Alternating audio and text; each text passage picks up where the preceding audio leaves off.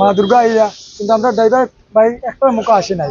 কারণ হয়েছে গিয়া মা দুর্গা আইরা আনন্দ থাকতে সবাই মনে, কিন্তু আমরা মনে আজকে আনন্দ নাই।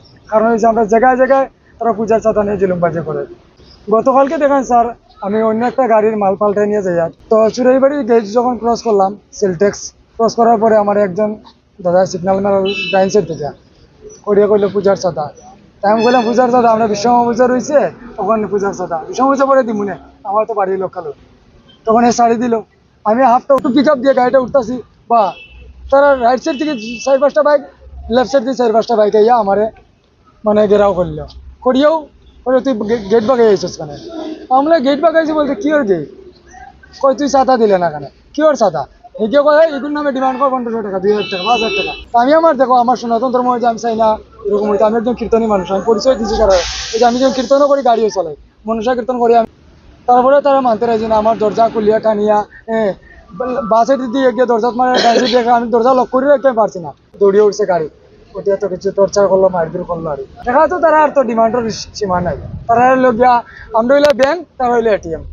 চুরাইবাড়ি বাজার কমিটি ক্লাব ওদিকে আমরা সুষ্ঠু বিচার চাই, যাতে কোনো ড্রাইভার দাদার সঙ্গে এরকম অবিচার হোক না। পুলিশ ও প্রশাসন আমরা সেই ইয়ে দিচ্ছে, বলছেন যেন আপনারা বিচার পাইবেন। সর্বস্থান দখল করছে কুমারঘাট পূজার চাঁদা নিয়ে। আমরা অল ত্রিপুরার মধ্যে মেডেল দিলে পূজার চাঁদা নিয়ে কুমারঘাটে দেওয়া লাগবো। আমি কুমারঘাট পূজার চাঁদা কমিটির সেলুট জানাই, যাতে ওনারা সর্বস্থান দখল করে পূজার চাঁদা নিয়ে জুলুমবাজির লেগিয়া। আমার 5 ঘন্টা বইয়ে রাখছে, তখন তো স্যার ওটাও চাই মা দেখেন আপনারা পূজা করতেন, আমরা কোনো দুঃখ নাই। আপনারা দিনের বেলা বইন, আমরা ড্রাইভার ভাইরা যা খুশিতে দিব তাই আপনারা গ্রহণ করুন।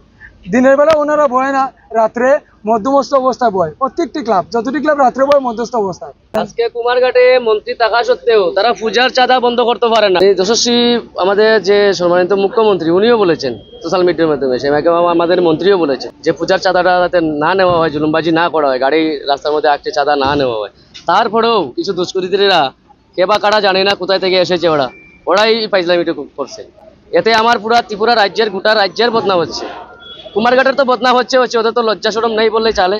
কিন্তু পুরা গোটা রাজ্যের, আমরা যে পার্শ্ববর্তী রাজ্যে যাই, আমরা এখানে গেলে আমরা বহুত গিল্টি ফিল করা হয়। রাতকে 12টা 1টার সময় 2000-5000 টাকা ডিমান্ড করে বুঝে থাকে।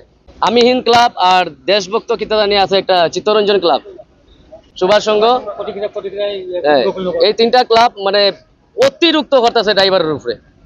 আমরা 365 দিন দেশের সেবায় কিন্তু নিঃস্বার্থভাবে কাজ করলাম, তারপরেও তারা যে আমরা উপরে ডাকাতি শুরু করছে। ডাকাতি আগামী দিনে তো আমরা পূজার চাঁদা ইস্যু করে কোনো কথা কইতাম না, আমরা ডাকাত ধরছি কইয়া আমরা গাছের লগে উল্টাভাবে বাঁধিয়ে রাখবো, এটা প্রতিশ্রুতি দিলাম আমরা। পুলিশ কি করব? পুলিশ তো প্রতিনিয়ত আমাদের সহযোগিতা করে, ফোন করলে যায়। পুলিশের গাড়ি দেখার পরে তারা জঙ্গলে দিয়ে যায় গিয়া, তখন আমরা একজন বাঁচি গেলাম, যেমন আমি আসলাম, পুলিশ গেল, আমি গেলাম গিয়া, আবার হতে আমার আবার অ্যাটাক করতেছে। যেমন আমার পিছনে আরেকজন আইতেছে, তারে অ্যাটাক করতেছে। প্রশাসন কি করব? প্রশাসন তো মানে ওভারও হয়ে গেছে।